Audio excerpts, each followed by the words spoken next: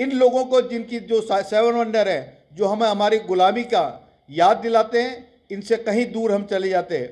जो अन्ना सागर जिस रूप में था,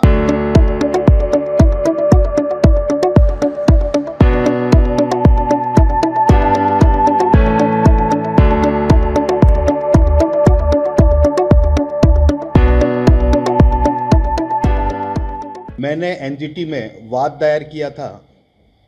राहुल चौधरी एनजीटी के दिल्ली के मेरे वकील थे, उन्होंने इस वाद को दायर किया था।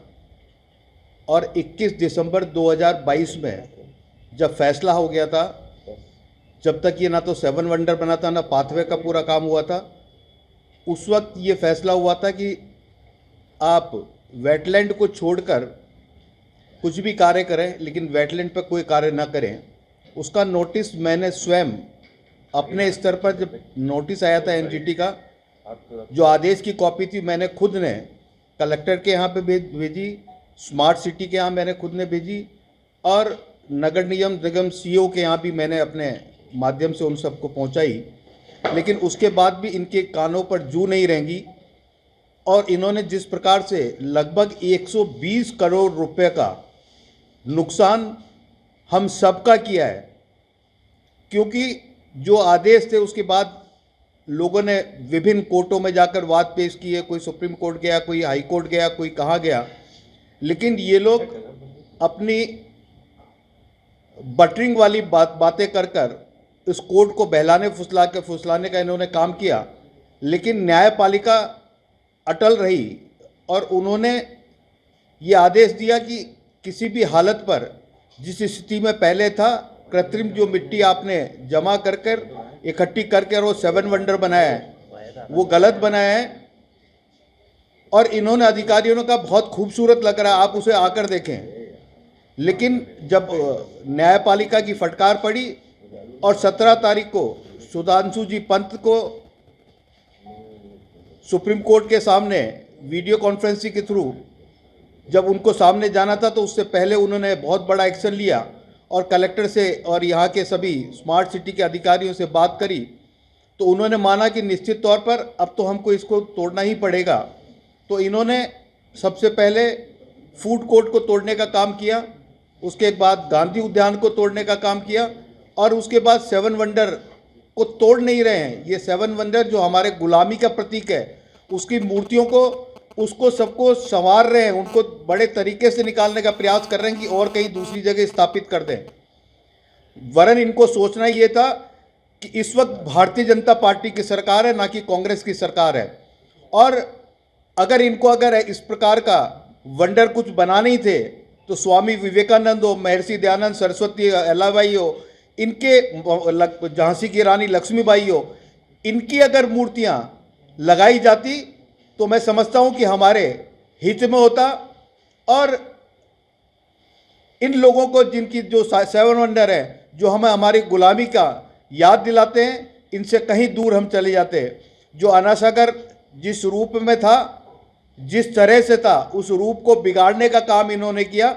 इस अन्ना सागर में पहले जब पानी आता था तो पहाड़ों से पानी आता था, ना कि सीवरेज का पानी आता था। और पहाड़ों का पानी एक शुद्ध जल होता था, जिसको पीने के लिए भी काम लिया जा सकता था। लेकिन आज वो पानी सीवरेज का पानी होकर और एक जहरीला पानी बन गया है, जिससे दुर्दशा इस झील की हो रही है। साथ में झील को जिस तरह से इन्होंने पाटा, जिस तरह से उसको छोटा किया, छोटा करने से इस शहर के अंदर बाढ़ की स्थिति पैदा हो गई कि पानी का गैज जो पहले 16 फीट हुआ करता था, उसको 13 फीट पर लाकर इन्होंने छोड़ दिया। इस तौर पर ढलान से पानी वापस, आपने देखा होगा कि हमारे एक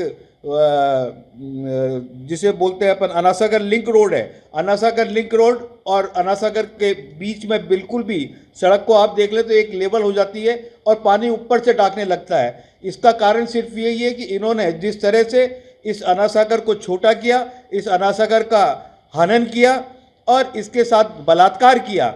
मैं कहना चाहूँगा कि जिन अधिकारियों ने इस पर चांदी कूटी है, उन अधिकारियों पे कार्रवाई होनी चाहिए और उन अधिकारियों से पैसे वसूल करने चाहिए। और अब जनता को मैं कहना चाहूँगा, अभी तक जनता सड़कों पर नहीं उतरी, लेकिन अब सड़क पे उतरना चाहिए, क्योंकि ये पैसा हमारा खुद का जो टैक्स का पैसा है उस पैसे से ये 120 करोड़ रुपए का सत्यानाश होगा।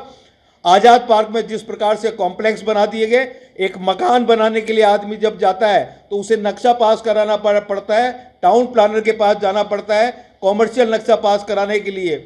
और आज़ाद पार्क में कॉमर्शियल दुकानें बना दी जिनका नक्शा पास नहीं हुआ, कॉमर्शियल कॉम्प्लेक्स बना दिए, मतलब कि स्पोर्ट्स के कॉम्प्लेक्स बना दिए गए। जो आज़ाद पार्क नाम हुआ करता था उस पार्क को इन्होंने बिल्कुल ख़त्म कर दिया। उसी प्रकार से मल्टी स्टोरी बिल्डिंग्स बनाकर इन्होंने हॉस्पिटल का निर्माण किया। क्या इनका किसी का नक्शा इन्होंने स्वीकृत करवाया? क्या इनका किसी का नक्शा पास कराया?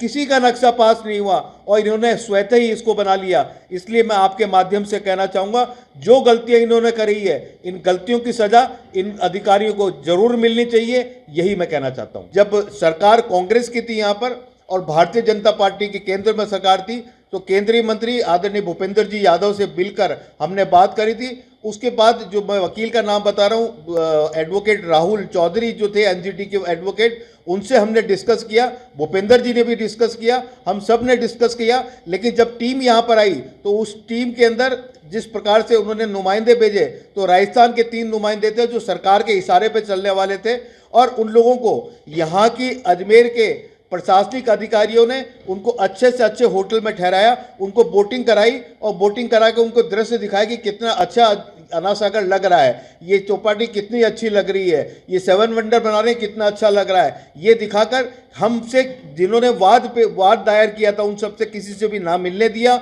ना बात करने दी और उन्होंने उनको वापस विदाई दे दी उसी होटल से, आलीशान होटल से। और वो जाकर उन्होंने जिस प्रकार से जो मंशा कांग्रेस सरकार की थी उस मंशा के अनुरूप उन्होंने वो लिखा और उसके आधार पर ये सारे कार्य हुए। जनप्रतिनिधियों की सहमति भी ली। ये जितने भी कार्य हुए इसमें हमारे विधानसभा के दोनों दक्षिण और उत्तर के जो विधायक उस वक्त हुआ करते थे उनको किसी मीटिंग में नहीं बुलाया गया। इससे बड़ा दुर्भाग्य क्या हो सकता है। उनको इनके डिसीजन पावर, जब भी ये डिसीजन लेते थे एक कुल्हड़ी के अंदर गुड़ फोड़ने का काम ये अधिकारी करते थे। किसी भी नेता से, किसी प्रतिनिधि से इन्होंने कोई वार्तालाप नहीं की, कोई बात नहीं कही।